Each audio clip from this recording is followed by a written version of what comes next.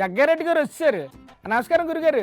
ఏంటండి ఇలా భలే హుషారుగా ఉన్నారు? వీడియోలో కుర్చీలలో మనోళ్ళు కూర్చున్నారు అబ్బా. ఖాళీగా ఉన్నాయని కూకొని ఉంటారు సార్. మన కాంగ్రెస్ లో కుర్చీలు దొరికితే కష్టమే ఖాళీగా. అవును సార్, కొంతమంది కుర్చీలో ఆల్రెడీ కూకున్నోడు కూడా లాగేసి కూకుంటారు. అందుకే కాంగ్రెస్ లో ఎప్పుడు ఎట్లుండాలంటే కుర్చీని అతక పెట్టుకొని కూర్చోవాలి ఎప్పుడు. మరి కుర్చీలోంచి లేచి ఎక్కడికైనా వెళ్ళాలంటే లేస్తే ఆ కుర్చీ పట్టించుకొని పోవాలి. భలే కామెడీ చేసేస్తారండి బాబు మీరు. అసలు పాయింట్కి వచ్చేయండి. కొన్ని నిజాలు బయటకు వచ్చినాయి. ఏంటి సార్ ఆ నిజాలు? ఓట్ల దొంగతనం. ఓహో, అదేనా చెప్తారు ఇప్పుడు? చెప్పండి చెప్పండి. ఎన్నికల కమిషన్ నిద్రపోతున్నాడు. ఆయన నిద్రపోతున్నాడో మెలకుగా ఉన్నారో మీరు ఎప్పుడు చూసారు సార్? ఏం చేస్తున్నది ఎన్నికల కమిషన్?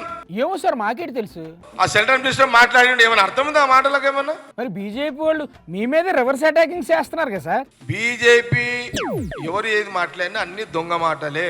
సరే గురుగారు, మీరు వాళ్ళని వాళ్ళు మిమ్మల్ని రోజు దుమ్మెత్తి పోసుకోవడం కదా, ఇంకేంటి నడుస్తుంది ఇప్పుడు? కలుద్దాం గురుగారు.